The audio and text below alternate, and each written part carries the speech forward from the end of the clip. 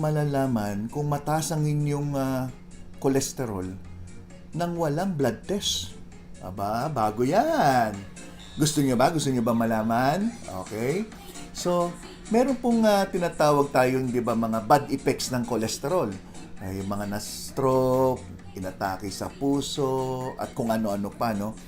Pero itong mga ito, hindi mo nakikita, di ba? Hindi mo nakikita eh. Bilang pasyente, ano ba yung nakikita ko sa isang tao na duda ako na mataas siguro kolesterol nito?